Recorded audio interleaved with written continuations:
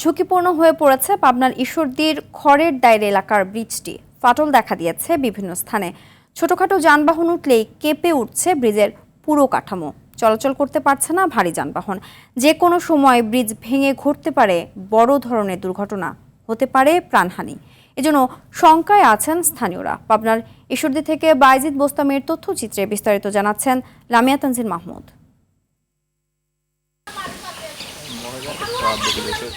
কৃষি প্রধান এলাকার উৎপাদিত পণ্য দ্রুত বাজারজাতের পাশাপাশি সাধারণ মানুষের দৈনন্দিন যাতায়াতের জন্য গুরুত্বপূর্ণ পাবনার ঈশ্বরদীর ভারইমারি বটতলা থেকে বাঁশেরবাতার দোকানপাড়া সড়কের খড়ের দায়ের বটতলা এলাকার ব্রিজটি যাতায়াতের অন্যতম মাধ্যম হওয়ায় প্রচুর সবজি ও পশুবাহী যানবাহন এ পথেই পারাপার হতো। এখনো চলাচল করছে হাজার মানুষ। তবে দীর্ঘদিনের পুরনো ব্রিজের বিভিন্ন অংশে দেখা দিয়েছে বড় ধরনের ফাটল। কোথাও ভেঙে পড়েছে মূল কাঠামো। জরাজীর্ণ হওয়ায় পুরো ব্রিজটি দাঁড়িয়ে আছে নড়বড়ে অবস্থায়। যে কোনো সময় কাঠামোটি ভেঙে ঘটতে পারে বড় ধরনের দুর্ঘটনা ও প্রাণহানি, আশঙ্কা যাতায়াতকারীদের। কোনো আগে পুরাতন ব্রিজ, এখন মনে করেন সিমেন্ট বালুর এই সাইড দেশে মসজিদের গেছে রডমট, একাই ভাঙি পড়ে যাও। লোড গাড়িগুলো যাতে পারতেন না, লোড গাড়িগুলো তো যাওয়ার প্রয়োজন, মেলা ঘুরে আসা লাগতেছে। খন্ড খন্ড হয়ে গেছে, ভাঙিয়ে যে কেমরে বৃষ্টি হয় কেমরে আরো ভাঙি পড়তেছে, চারদিকেই ভাঙা।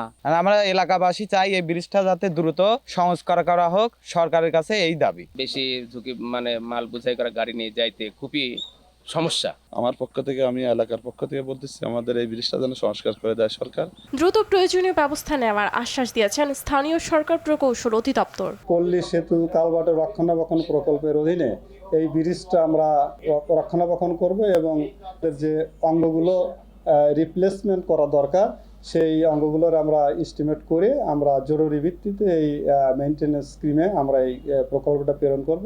অনাকাঙ্ক্ষিত ঘটনা এড়াতে দ্রুত সময়ের মধ্যে নতুন ও টেকসই ব্রিজ নির্মাণের জোর দাবি জানিয়েছে স্থানীয়রা। লামিয়া তানজিল মাহমুদ, RTV।